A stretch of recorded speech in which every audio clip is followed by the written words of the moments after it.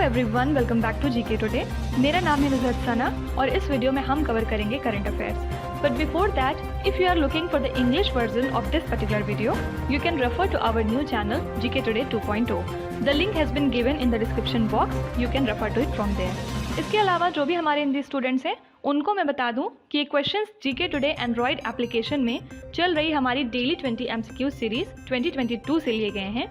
इसलिए अगर आप इन क्वेश्चंस को टेक्स्ट फॉर्म में चाहते हैं इसके एक्सप्लेनेशन और क्विज के साथ, तो आप ज्वाइन कर सकते हैं हमारी इस डेली 20 MCQ सीरीज को, जो कि अवेलेबल है जीके टुडे एंड्रॉयड एप्लीकेशन पे। तो अब आपका ज़्यादा टाइम नहीं लेते हुए चलिए शुरू करते हैं। Good morning everyone, welcome back to GK today. और आज हम डिस्कस करेंगे 16 फरवरी के सबसे मोस्ट इंपॉर्टेंट करंट अफेयर्स। तो चलिए शुरू करते हैं। Question number 1, which institution launched agro ecology based programme named as Jiva. तो जीवा प्रोग्राम किसका है, बेसिकली आपको ये बताना है। आंसर क्या है, नाबार्ड।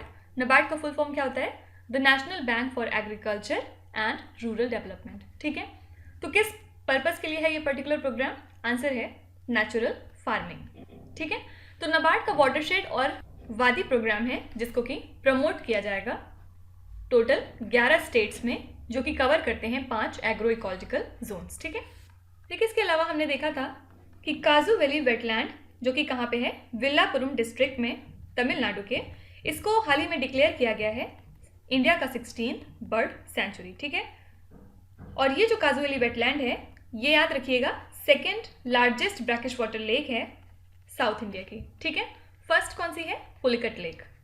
ओके, और तमिलनाडु की बात करें तो चीफ मिनिस्टर हैं मिस्टर M.K. स्टालिन और गवर्नर हैं R.N. रवि। ओके, इसके अलावा वर्ल्ड वेटलैंड डे कब मनाते हैं हम, 2 फरवरी को। और थीम क्या थी इस बार की, wetland action for people and nature. Okay, तो बेसिकली इस चीज़ के लिए अवेयरनेस फैलाई जाती है कि वेटलैंड्स हमारे लोगों के लिए और हमारे प्लांट्स के लिए कितना ज़्यादा इंपॉर्टेंट है। ओके, इसके अलावा कुछ दिनों पहले हमने देखा था कि उड़ीसा वाइल्ड लाइफ ऑर्गेनाइजेशन ने कंडक्ट किया था एक बर्ड सेंसस, कहाँ पे, चिल्का लेक के पास। ठीक है, चिल्का लेक के बारे में याद रखिएगा कि ये इंडिया की लार्जेस्ट ब्रैकिश वाटर लेक है। ओके, तो कंफ्यूज नहीं करिएगा, यहाँ हमने साउथ इंडिया की बात की थी और ये हम इंडिया की बात कर रहे हैं। ठीक है, लार्जेस्ट बर्ड सेंचुरी कौन सी है पूरे एशिया की, भरतपुर बर्ड सेंचुरी, जिसको अब हम किस नाम से जानते हैं, क्यूलाडियो नेशनल पार्क।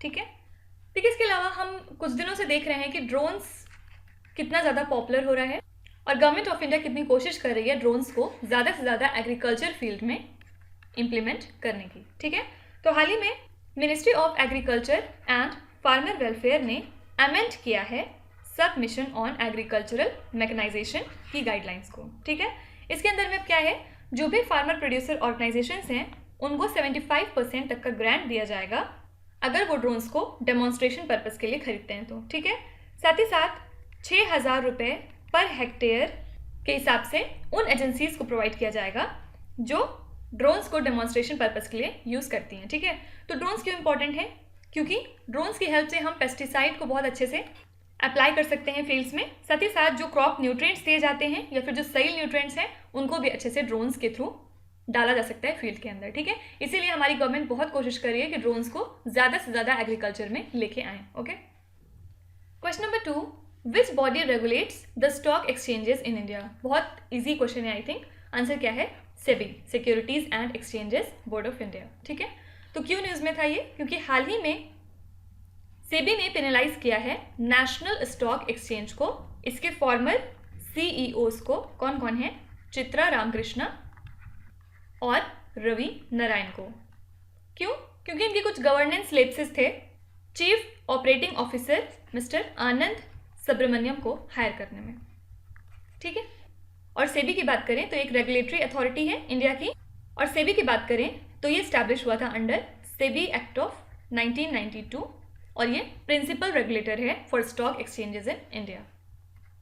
इसके अलावा सेबी इस वजह से भी न्यूज़ में था क्योंकि हाल ही में इसने अपनी एडवाइजरी कमेटी को रीस्ट्रक्चर किया है ऑन IPEF। ठीक है, IPEF क्या है, investor protection and education fund. ठीक है, तो अब ये किसकी चेयरमैनशिप में हुआ है, जी महालिंगम।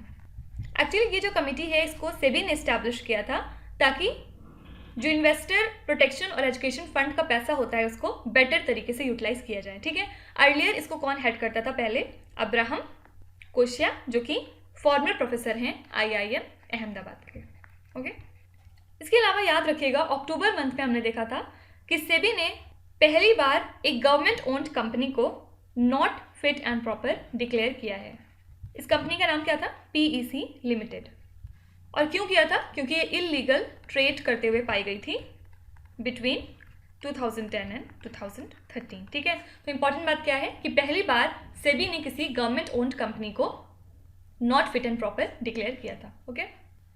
देखिए इसके अलावा सेबी इसलिए भी न्यूज़ में था क्योंकि हाल ही में इसने लॉन्च किया है अपने लिए एक एप्लीकेशन जिसका नाम है सारथी।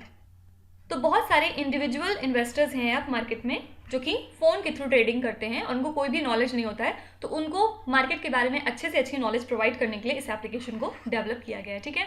तो ये एप्लीकेशन बहुत सारी चीज़ों के बारे में बताएगा। For example trading and settlement कैसे करना है, या फिर म्यूचुअल फंड के बारे में अगर आपको कोई इन्फॉर्मेशन चाहिए, KYC प्रोसेस क्या होता है, ये सब चीज़ों के बारे में बताएगा। साथ ही साथ इसमें एक ग्रीवेंस रिड्रेसल मैकेनिज्म की भी फैसिलिटी रहने वाली है, ठीक है। तो सिंपली याद रखिएगा ये एप्लीकेशन किसका है? सेबी का। Question number 3, Xinjiang region which was seen in the news is located in which country? कहाँ पे है ये रीजन? आंसर है चाइना। और क्यों न्यूज़ में था? क्योंकि हाल ही में इंटरनेशनल लेबर ऑर्गेनाइजेशन ने चाइना को कंडेम किया है, मतलब उनकी निंदा की है फॉर रेशियल एंड रिलीजियस तरह का जो डिस्क्रिमिनेशन चाइना में होता है, ठीक है। और specially in the Xinjiang region, क्योंकि हम जानते हैं कि Chinese government International Labour Organization की मेंबर स्टेट है और फ़र्ज़ है चाइनीज़ गवर्नमेंट का कि वो किसी भी तरह के माइनॉरिटीज़ के साथ कोई गलत काम ना करें, मतलब उनका किसी भी तरह का आप एक्सप्लॉयटेशन नहीं कर सकते हैं, ठीक है। उसके बाद भी आप डिसेंट वर्क उनको प्रोवाइड नहीं कर रहे हैं, तो इस वजह से बस इंटरनेशनल लेबर ऑर्गेनाइजेशन ने वार्न किया था चाइना को, ठीक है। इसलिए न्यूज़ में था ये, याद रखिएगा ये कहाँ है? चाइना में। अब चाइना की बात करें तो हाल ही में चाइना और फ्रेंच के ऑयल जायंट्स ने एक एग्रीमेंट साइन किया है। किस बात के लिए? कि एक ह्यूज ऑयल पाइपलाइन बनाएंगे, कहाँ पे? In the lake Albert of Uganda, ठीक है। और इसके लिए दोनों ही कंट्रीज मिलके लगभग $10 बिलियन की लागत के साथ आएंगे, और जब ये प्रोजेक्ट कंप्लीट हो जाएगा तो ये लॉन्गेस्ट पाइपलाइन प्रोजेक्ट बन जाएगा पूरी दुनिया का, ठीक है। और ये जो पाइपलाइन है ये तंजानिया से भी पास करेगा, ठीक है। अगर IMF की बात करें, इंटरनेशनल मॉनेटरी फंड, तो इनका कहना है कि जो ऑयल रिजर्व्स हैं युगांडा में वो 4th लार्जेस्ट हैं in the sub Sahara reason, ठीक है। रेस्ट 3 कौन सी हैं? नाइजीरिया, अंगोला और साउथ सुडान, ठीक है। तो जो भी अब चाइनीज़ और फ्रांस की कंपनीज होंगी वो जाहिर सी बात है कि इन ऑयल रिजर्व्स को बहुत ज़्यादा एक्सप्लॉइट करेंगी, और ये इन्वायरमेंटलिस्ट को नहीं पसंद आया है, ठीक है। देखिए इसके अलावा सी ड्रैगन 2 ये क्या है? ये एक एक्सरसाइज थी जो कि हाल ही में जनवरी में कंडक्ट कराई गई थी, और एक तरह की मल्टीनेशनल एक्सरसाइज है, ठीक है। कौन सी कंट्रीज़ ने इसमें हिस्सा लिया था? India, Australia, Canada, US, south Korea और जापान, इतनी कंट्रीज थी, ठीक है। और इन सब के अलावा एक हाल ही में चाइनीज़ गवर्नमेंट ने डेटा रिलीज़ किया था जिसके अंदर में इन्होंने ये बताया था कि चाइना का इंडिया के साथ जो बायलेटरल ट्रेड है वो बढ़ गया है बाय 43.3% इन 2021, ठीक है। तो हालांकि हम बहुत कहते हैं कि जो हमारी डिपेंडेंस है चाइना के ऊपर इंपोर्ट्स के मामले में उसको हमें कम करना है, साथ ही हमें सेल्फ रिलायंट होना है, उसके बाद भी इतना बड़ा मेजर इंक्रीज देखा गया हमारी ट्रेड में, ठीक है। तो जो इंडिया का इंपोर्ट था फ्रॉम चाइना वो पहुंच गया है $97.5 बिलियन पे 2021 में, जबकि 2020 में ये वैल्यू कितनी थी? $66.67 बिलियन, ठीक है। और इसी के साथ 46.1% का इंक्रीमेंट देखा गया, okay. Question number 4, Shri Krishna Setu Munger Ganga bridge is located in which particular state? तो हाल ही में बिहार के चीफ मिनिस्टर नीतीश कुमार और हमारे यूनियन रोड ट्रांसपोर्ट और हाईवेज मिनिस्टर नितिन गडकरी, इन्होंने इनॉग्रेट किया है मुंगर गंगा ब्रिज को, कहाँ पे? बिहार में, ठीक है। और इसका नाम श्री कृष्णा इसलिए रखा गया था क्योंकि बिहार के पहले चीफ मिनिस्टर थे श्री कृष्णा। तो ये जो ब्रिज है ये इंडिया का 3rd rail cum road bridge बन जाएगा अक्रॉस गंगा। इसके अलावा आपने एक टर्म सुना होगा विच हंटिंग, ये बहुत ज़्यादा न्यूज़ में था आजकल। क्यों? क्योंकि जो नंबर ऑफ किलिंग्स होती हैं as a part of witch hunting ये हाईएस्ट कौन से स्टेट में देखी गई? झारखंड में, और सेकेंड हाईएस्ट कहाँ थी? उड़ीसा में, ठीक है। किसकी रिपोर्ट के अनुसार? NCRB, national crime records bureau, okay. और विच हंटिंग बेसिकली होती क्या है, जैसे बहुत सारे लोग सोसाइटी में ऐसे होते हैं जिनके थॉट्स अलग हैं बाकी लोगों से, ठीक है, तो उनको टारगेट किया जाता है और उनको एक तरह से पनिश किया जाता है उनके उस थॉट्स की वजह से, इसी को कहते हैं विच हंटिंग, ठीक है। अब उड़ीसा की बात करें तो हाल ही में chief minister of Orissa mister Naveen Patnaik ने इनॉग्रेट किया था उड़ीसा का सबसे लॉन्गेस्ट ब्रिज जिसका नाम था टी सेतु, ठीक है। कौन सी रिवर के ऊपर है? महानदी रिवर। कौन से डिस्ट्रिक्ट में है? कटक डिस्ट्रिक्ट में, ठीक है। और ये जो ब्रिज है ये इंग्लिश अल्फ़ाबेट टी की तरह है, इसलिए इसका नाम टी सेतु रख दिया गया है। और लागत कितनी होने वाली है इस ब्रिज की? 111 करोड़ रुपए। अब आप क्या बता सकते हैं कि लॉन्गेस्ट ब्रिज कौन सी है इंडिया की? आंसर है भूपेन हजारिका सेतु, जिसको हम ढोला सादिया के नाम से भी जानते हैं, ठीक है। लेंथ कितनी है इसकी? 9150 मीटर। और कहाँ बनी है? असम में लोहित रिवर के ऊपर, ठीक है। इसके अलावा देखिए सबसे longest rail cum road bridge कौन सी है? आंसर है बोगीबील ब्रिज, ठीक है। और बोगीबील ब्रिज ही हमारी लॉन्गेस्ट रेलवे ब्रिज भी है, याद रखिएगा, ठीक है। सेकेंड लार्जेस्ट ब्रिज कौन सी है इंडिया की? Dibang river bridge. इसके अलावा पहली सी ब्रिज कौन सी है इंडिया की? आंसर है पंबन ब्रिज, ठीक है। और ये कनेक्ट करती है रामेश्वरम आइलैंड को मेनलैंड के साथ, ओके। एक क्लास देख लेते हैं, सबसे बिजिएस्ट ब्रिज कौन सा है जहाँ पे सबसे ज़्यादा हसल बसल रहता है? आंसर है होरा ब्रिज, जिसको आप रविंद्र सेतु के नाम से भी जानते हैं, ओके। ये कनेक्ट करती है कोलकाता को होरा के साथ, ठीक है। तो ये कुछ इंपॉर्टेंट ब्रिज थे जो आपको स्टैटिक जीके के तौर पे याद रखना है। Question number 5, India sign memorandum of understanding on tourism cooperation with which country? तो हाल ही में इंडिया ने किस कंट्री के साथ टूरिज्म के सेक्टर में एमओयू साइन किया है? आंसर है ऑस्ट्रेलिया। तो दोनों कंट्रीज मिलके एक दूसरे को कोऑपरेट करेंगी और इनकरेज करेंगी कि वो अपने टूरिज्म सेक्टर को और ज़्यादा प्रमोट कर सकें, ठीक है। देखिए इसके अलावा हमने देखा था कि ऑस्ट्रेलिया ने हाल ही में अपना नया प्लान लॉन्च किया है, किस लिए? अपने ग्रेट बैरियर रीफ को प्रोटेक्ट करने के लिए, ठीक है। याद रखिएगा ये दुनिया का सबसे लार्जेस्ट कोरल रीफ भी है, ओके। और इस प्लान के अंदर में गवर्नमेंट ऑफ ऑस्ट्रेलिया ने $700 मिलियन का पैकेज रिलीज किया है ग्रेट बैरियर रीफ की प्रोटेक्शन के लिए, ताकि ऐसा ना हो कि कहीं ये यूनेस्को की लिस्ट से बाहर हो जाए, ठीक है। और आप बता सकते हैं कि रीफ 2050 प्लान क्या था? तो ऑलरेडी यूनाइटेड नेशंस ने बहुत बार ऑस्ट्रेलिया को थ्रेटन किया है कि अगर उन्होंने अपने रीफ को नहीं बचाया तो वो उसे निकाल देंगे अपनी लिस्ट से। इस वजह से 2015 में ऑस्ट्रेलिया ने एक रीफ 2050 का प्लान क्रिएट किया था, जिसके अंदर में इन्होंने बिलियंस ऑफ डॉलर्स लगा दिए, खर्च किए अपने बैरियर रीफ को सेव करने के लिए, ठीक है। इसके अलावा हमने देखा था कि ऑस्ट्रेलिया इस वजह से भी न्यूज़ में था क्योंकि इन्होंने हाल ही में इम्प्लीमेंट किया है अपने ऑनलाइन सेफ्टी एक्ट को, ठीक है। हालांकि ये पास हो गया था जुलाई 2021 में, लेकिन इम्प्लीमेंट अभी हुआ है, ओके। क्या है इसके अंदर? अब ऑस्ट्रेलिया में अगर ऑनलाइन बुलिंग का कहीं पे भी कोई केस आता है सामने, तो कोई भी एडल्ट उसके बारे में जाके ई सेफ्टी कमिश्नर को इन्फॉर्म कर सकते हैं, ठीक है। और ई सेफ्टी कमिश्नर के पास पावर है कि वो उस पर्टिकुलर सोशल मीडिया वेबसाइट को बोल सकते हैं कि वो उस कंटेंट को या फिर जो भी कंटेंट है बुलिंग से रिलेटेड उसको डाउनग्रेड करें या फिर उसको रिमूव करें। और इन केस अगर वो 24 घंटे के अंदर ऐसा नहीं करते हैं तो फिर उनके ऊपर फाइन लग सकता है $555,000 तक का, ठीक है। तो सिंपली याद रखिएगा ये एक्ट किसका है? ऑस्ट्रेलिया का। Question number 6, which country recently passed a legislation that ends the forced arbitration in sexual assault and harassment disputes at workplaces? तो कौन सी कंट्री ने हाल ही में एक लॉ पास किया है जिसके अंदर में इन्होंने ये कहा है कि अगर किसी भी जगह पे सेक्सुअल असॉल्ट या फिर हैरेसमेंट का कोई डिस्प्यूट सामने आता है तो वहाँ पे फोर्स्ड आर्बिट्रेशन की बात नहीं मानी जाएगी, ठीक है। तो आंसर क्या है? यूएसए। तो अब अगर वर्क प्लेसेस पे कोई भी सेक्सुअल असॉल्ट का केस देखा गया तो वहाँ पे ज़रूरी नहीं है कि आपने अगर एम्प्लॉयमेंट एग्रीमेंट को साइन किया है तो आप उसको फॉलो करें, ठीक है। आप पब्लिक कोर्ट में जा सकते हैं अपनी शिकायत लेके बिना ये सोचे हुए कि एम्प्लॉयमेंट एग्रीमेंट का क्या होगा, ठीक है। तो सिंपली यही लॉ था। इसके अलावा याद रखिएगा कि हाल ही में फिलीपींस ने स्थगित कर दिया है ratification of regional comprehensive economic partnership को, ठीक है। और ये जो डिसीजन है ये लिया गया फार्मर्स और अदर सिविल सोसाइटी ग्रुप्स के प्रोटेस्ट के बाद, जो कि मेगा ट्रेड डील साइन करने के बाद होने लगे थे, ठीक है। याद रखिएगा इंडिया ने डिसाइड किया है कि वो RCEP से अभी फिलहाल दूर रहेगा करंट सिचुएशन को देखते हुए, ओके। इसके अलावा पिछले लेक्चर में हमने देखा था कि फ्रांस के प्रेसिडेंट इमैनुअल मैक्रोन ने हाल ही में होस्ट की है high level session of one ocean summit, कहाँ पे? In the city of breast, ठीक है। और लगभग 27 यूरोपियन यूनियन स्टेट्स ने और 16 और लोगों ने एग्री किया है कि वो ग्लोबल एग्रीमेंट को साइन करते हैं और उसको फॉलो करने की कोशिश करेंगे ताकि सस्टेनेबल यूज हो सके ओशंस का all across the globe. Okay, इन सब चीज़ों के अलावा हमने देखा था कि यूएसए ने हाल ही में $5 बिलियन की लागत को अनाउंस किया है under the NEVI formula programme. NEVI क्या था? National electric vehicle infrastructure programme. ठीक है, एम क्या है?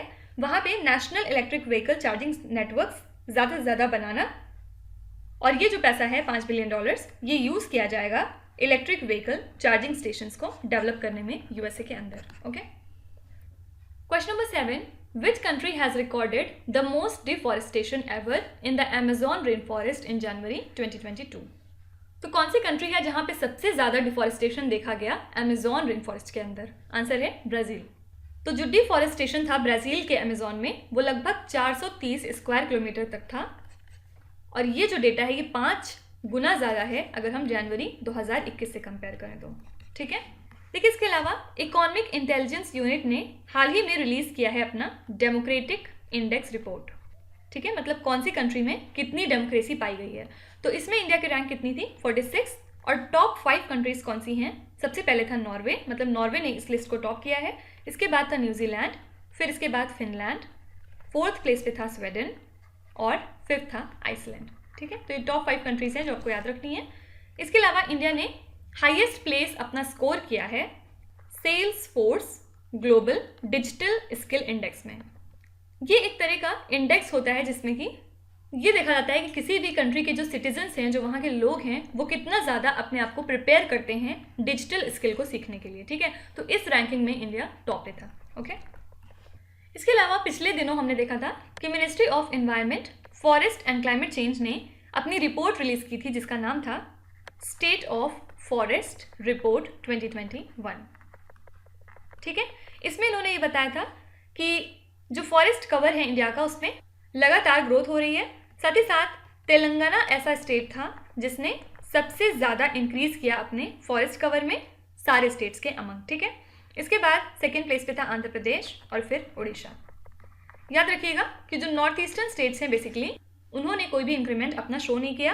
फॉर एग्जाम्पल मणिपुर, अरुणाचल प्रदेश, नागालैंड, मिजोरम और मेघालय, ये लोग लॉस स्टेट्स में थे। ठीक है, ऑल्दो तेलंगाना ने अपना फॉरेस्ट कवर इंक्रीज किया है, इसके बाद भी ऐसा कौन सा स्टेट है जहाँ पे सबसे ज़्यादा फॉरेस्ट कवर पाया जाता है? आंसर है मध्य प्रदेश। ठीक है, और इसके बाद है अरुणाचल प्रदेश, फिर छत्तीसगढ़, फिर उड़ीसा और उसके बाद है महाराष्ट्र।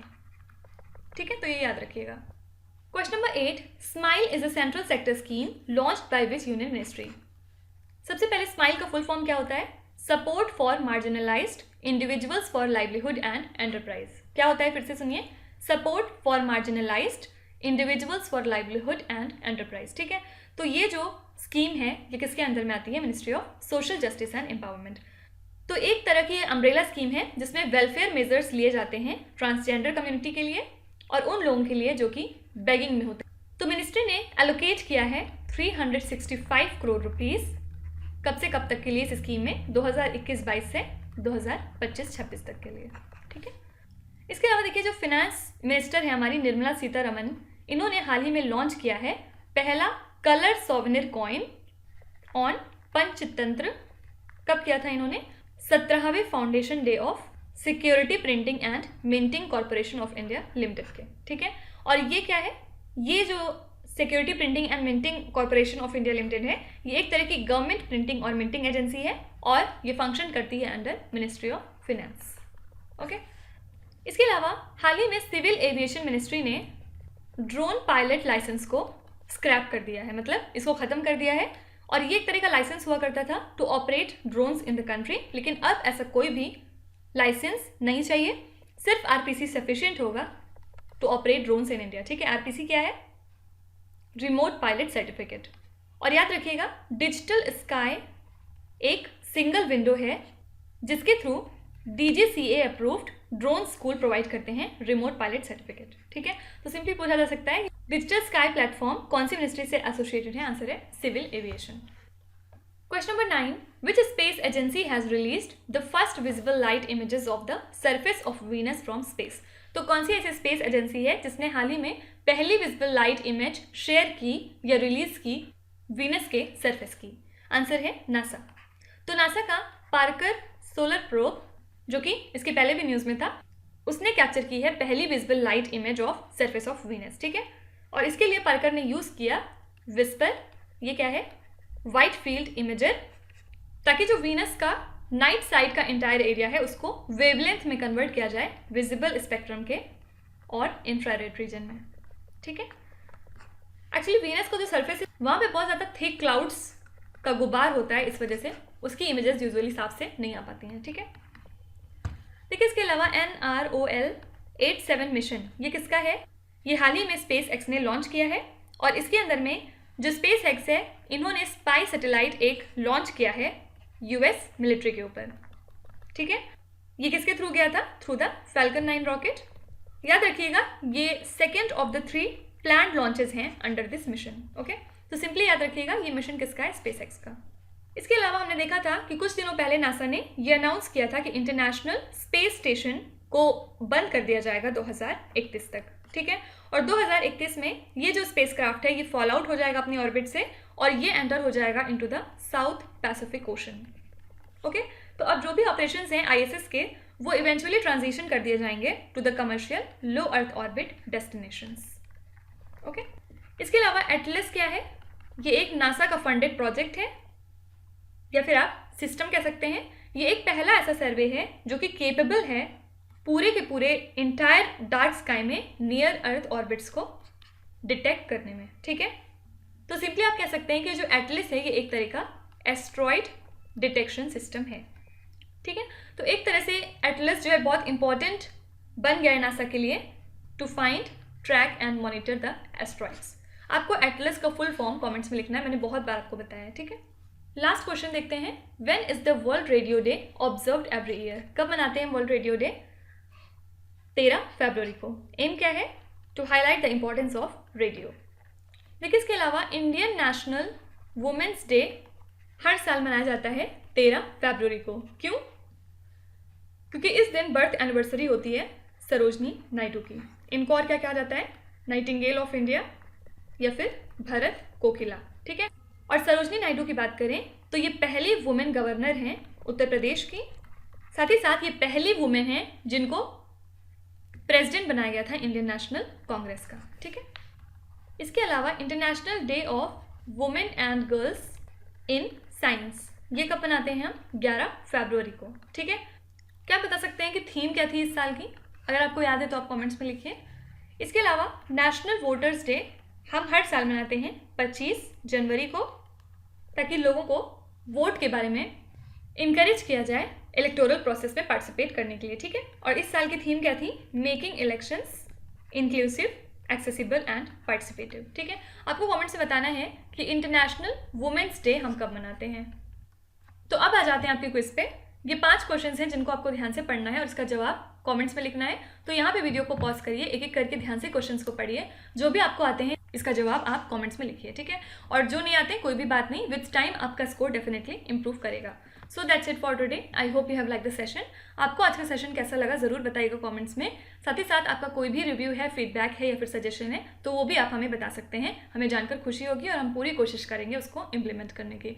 तो कल फिर मिलेंगे हम लोग सेम टाइम सेम जगह कल के करंट अफेयर्स के साथ। Till then, stay tuned. Thank you so much for watching, and please do not forget to subscribe to GK Today. With this, me Nuzhat Sana signing off.